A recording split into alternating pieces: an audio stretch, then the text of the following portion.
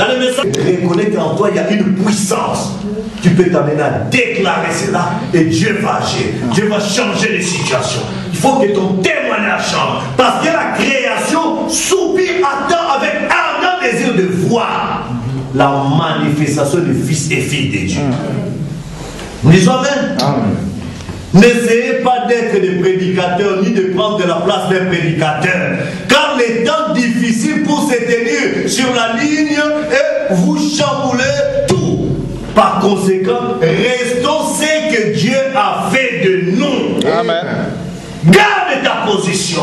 Si tu es infirmière, reste là, une bonne infirmière dans ta position, en train de soigner les malades, de parler un peu de Christ avec un bon témoignage. Si tu es informaticien, mène la vie chrétienne correcte et rends un témoin. Soyons des chrétiens salés autour de nous. Un peu de témoignages par-ci par-là. Mais n'allez pas prendre la place de quelqu'un d'autre. Amen. Dans Jésus-Christ le même, prêché le 4 juin 63. Il dit, avez-vous jamais pensé de quelle raison un homme agirait-il mal? La raison est qu'il essaie de satisfaire une soif placée dans son cœur par Dieu. Celle d'avoir soif de Dieu. Il tente de la satisfaire avec les choses du monde. Tu as soif, envie de ceci, mais la soif là, la vraie soif, c'est Dieu qui a placé cela en toi. Mais comme tu ne comprends pas que c'est ton âme qui désire la chose, tu penses que c'est la chair ici qui désire ça, tu vas suivre ton corps, tu vas faire ceci, répondre aux attentes de la chair et tu n'es toujours pas satisfait. Tel vêtement sort, telle collection, ah je dois tout faire, ton argent tu ne payes pas l'école, tu vas acheter ça, tu penses que tu vas te satisfaire avec ça. Dès que tu l'as 2-3 jours après, tu es déjà fatigué. Ah non, on va parler de tel ensemble qui est sorti chez Zara, tu vas chez Zara, tu vas là-bas et tout ça. Tu n'es toujours pas satisfait. Pourquoi? Parce que c'est quelque chose qui est à l'intérieur. La Bible dit, Dieu a placé dans le cœur de l'homme la pensée de l'éternité. Ah, tel produit est sorti, ah, pour rester jeune, ah, tout ça n'est pas vieillir, sinon tu auras des rides. Tu vas mettre toute forme de produit, mais tu vas toujours vieillir. Est-ce que vous comprenez? Non, pour gommer ceci, il faut tel autre produit. Tu vas dépenser pour ce corps, mais ça ne va toujours pas te satisfaire. Pourquoi? Parce qu'il n'y a qu'une seule personne qui peut te satisfaire, qui connaît ton cœur, c'est Christ. Quand Christ est là-bas, il va commencer à régler chaque chose à sa place, à mettre de l'ordre. Comme ça, tu comprends que non, ça c'est la vanité, ça c'est la vanité, je dois rester chrétien, naturel, glorifier mon Dieu dans ma vie, plus prier, il connaît les désirs de mon cœur et tout ça. Ce n'est pas à force de mettre trop des histoires du monde qui me rendra même pour gagner le mariage. Non, Dieu sait celui qui l'a prévu pour moi. Je veux lui obéir, répondre à sa parole et il me donnera ce qui est juste. Nous disons Amen. Amen. Et pour terminer, je vais lire une déclaration du prophète, il dit Amen, nous sommes dans l'âge où Dieu veut agir au travers de son peuple.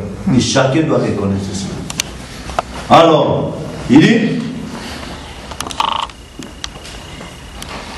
au paragraphe 21, le Fils de Dieu manifesté. Donc la première chose que Paul aborde, c'est qu'il dit aux gens, c'est de se débarrasser complètement. Souvenez-vous, ceci s'adresse à l'Église, pas à celui du dehors. Pour lui, c'est un mystère, c'est énigmatique. Il n'arrive jamais à comprendre, ça lui passe par-dessus la tête. Il ne connaît rien de tout cela, rien du tout. Mais pour l'Église, c'est du miel sur le rocher.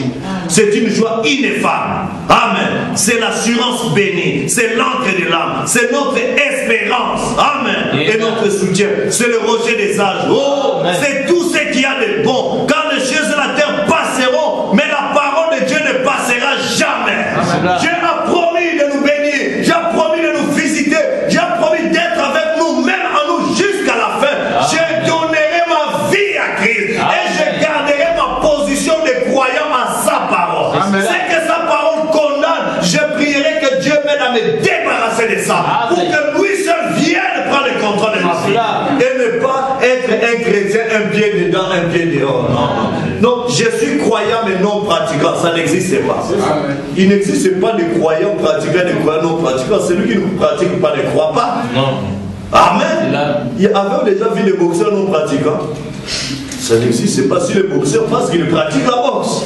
N'est-ce pas? Amen. Ah, donc il faut rester un bon croyant actif. Soyez zélé, fervent d'esprit. Amen. Ne dis pas non, moi je vais seulement, et puis j'écoute, et puis je sors, je continue ma vie. Non, Dieu veut faire de toi une sainte.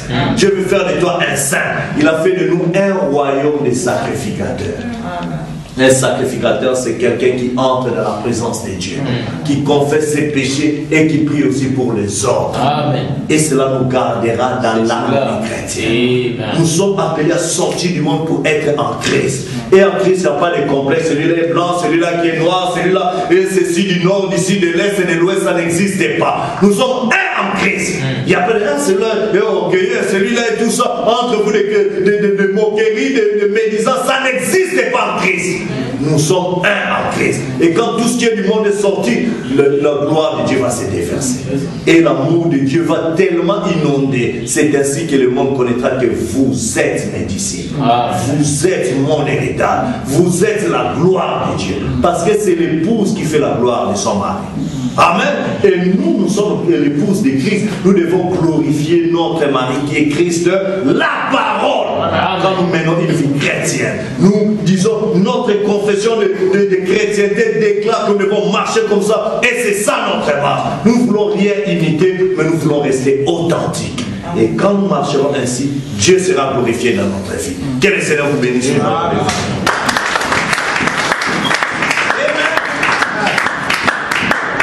Nous allons chanter.